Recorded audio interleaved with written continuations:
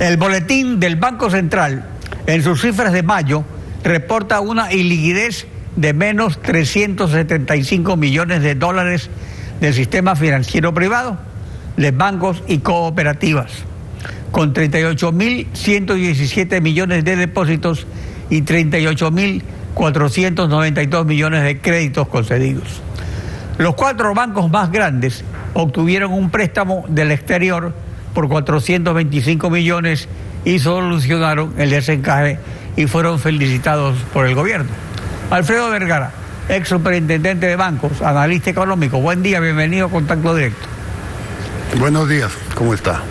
¿El gobierno ya pagó lo que debe a los bancos para que estén encajados? A los bancos privados nuestros o los bancos de afuera. Digamos, no, a los bancos privados nuestros. Ya, bueno, lo que sucede con este crédito de que usted lo señaló, pues de 410 millones más o menos que recibieron los 4 bancos más grandes que tiene el país, entraron en junio. Las cifras que usted enseñó ahí, que se vio en pantalla, son hasta el mes de mayo.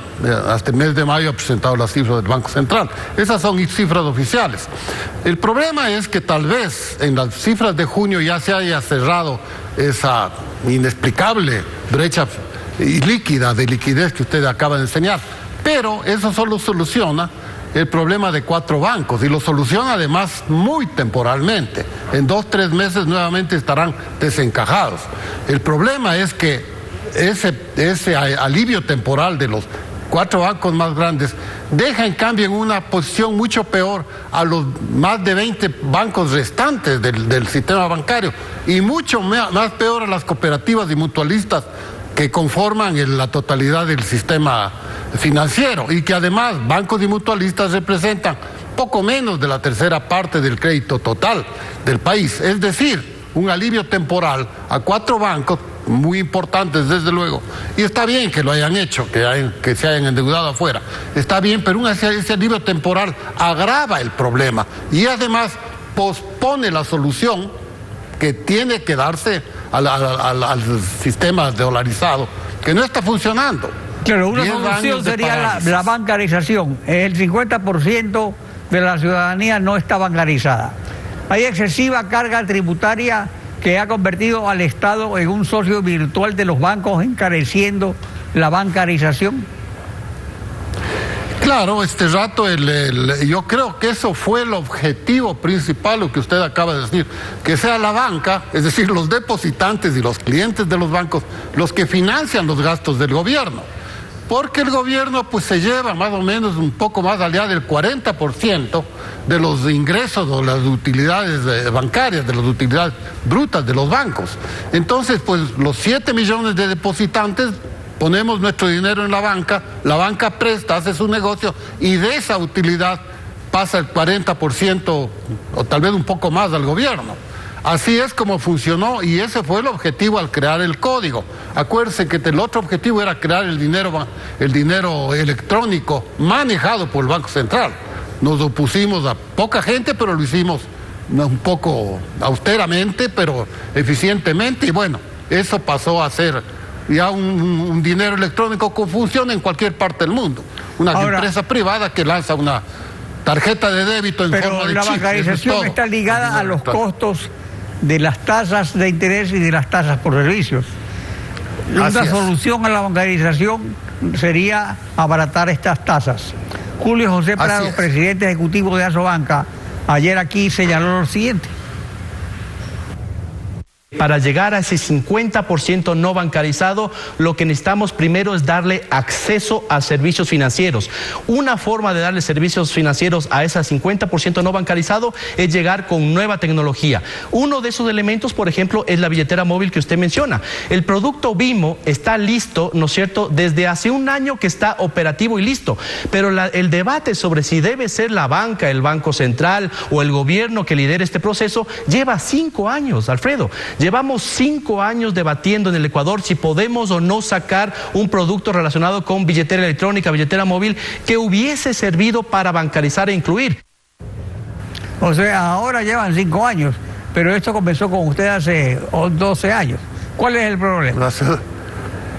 Bueno, el problema es que el Banco Central, incluso el Banco Central Autónomo, que ahora no es autónomo, pero incluso un Banco Central Autónomo jamás puede emitir dinero. Y el dinero electrónico, como fue concebido por el Código Monetario en la época de Correa, con el decreto, creo que era 425 o 466, algo así, en el 2014, era que el Banco Central podía emitir dinero electrónico y reemplazar ese dinero que emitía cogiéndose los bancos, digamos, los dólares efectivos y reales que existen en la economía. Es un absurdo.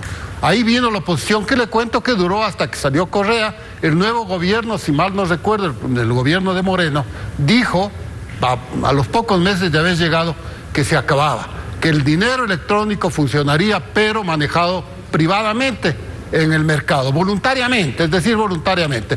Banco que quiere emitirlo, que lo emita, y nosotros, los depositantes, que queremos utilizar el chip llamado dinero electrónico, que lo hagamos también voluntariamente. Eso era, pero ahora pues con las declaraciones del presidente de la Asociación de Bancos, me entero que no, que el problema sigue, que todavía pues me imagino... Pero pueden ser los costos, que el banco o sea, quiere ¿cuánto manejar? le va a costar eso a los usuarios? Porque también por eso se espantan los usuarios de la bancarización. Mire, el dinero electrónico nosotros le hemos dado mucha importancia, porque el gobierno hace 4 o 5 años, el gobierno de Correa, le dio mucha importancia. Él quería, incluso algún gerente del Banco Central, hace unos 5 o 6 años, dijo orgullosísimo que era el primer banco central en el mundo y en la historia que iba a manejar dinero electrónico. Bueno, ahora, pero hay otro problema. No tenía idea de lo que estaba diciendo. Es un absurdo. Respecto, por ejemplo, a costos y competencia. Y competencia de banca extranjera. Asobanca indica lo siguiente. Veamos. Comparemos esto con algunos países de América Latina. 12% representa la banca extranjera en el Ecuador sobre los activos totales del sistema financiero. Comparemos con México, representa el 70%, y fíjese usted la cantidad de bancos extranjeros que hay en el caso de México. Vamos a un país más cercano al Ecuador, del tamaño y además con una moneda igual que la del Ecuador. Panamá representa el 67% de los activos locales, representan los bancos internacionales, y están varios bancos de tamaño global. En el caso de Perú, por ejemplo, en el caso de Perú, un país vecino a nosotros, 51% de los activos son activos internacionales. ¿Qué podríamos hacer si logramos esa competencia, Alfredo? Claramente, caminar hacia reducir las tasas, hacia conseguir más liquidez a nivel internacional y utilizar de mejor forma los activos que tiene el sistema financiero. ¿Qué está vetado a la banca extranjera para que no tenga interés de venir al Ecuador? Bueno, la banca extranjera fue expulsada del país prácticamente fines del 2008, a partir del 2009, se creó el impuesto a la salida de divisas, que afectaba básicamente en ese tiempo al dinero bancario, es decir, a la movilización de capitales, porque un 5% de multa por quien saca dinero del país, para un banco extranjero que ya metió antes del dinero, pues significa alrededor de 20-25% al año, 4 o 5 veces que el dinero ese internacional cruza las fronteras. Eso fue lo que colmó el vaso y obligó a los 3 o 4 bancos que teníamos a salir.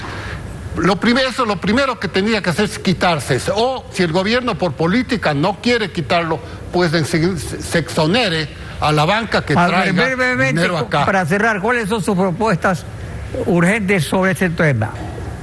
La eliminación, la que acabo de decir, la eliminación del impuesto a la salida de divisas para el capital bancario. Segundo, la generación de un instrumento de fijación de tasas de interés o de determinación de tasas de interés que no utilice la fórmula, ninguna fórmula matemática, porque cualquier fórmula matemática lo que hace es poner techos, lo que hemos hecho aquí en los 10 últimos años. Si usted pone un techo, todo el mundo se va para arriba, pero nadie quiere irse para abajo, porque nadie puede irse para abajo. Son 25 bancos, uno de ellos tendría que irse en todos sus créditos a cero, es decir, liquidarse para que el sistema baje menos del 4% menos de la cuarta parte del 1%, un absurdo. Entonces, cambiar eso y poner una metodología que existe, que se fije más bien en la oferta y demanda del mercado, en este caso el mercado. Y la tercera cosa, lo más importante, es actualizar el código financiero o la ley financiera que actualmente es la que se utiliza actualmente. Estas son las tareas pendientes. Alfredo Vergara, gracias por participar en Contacto Directo.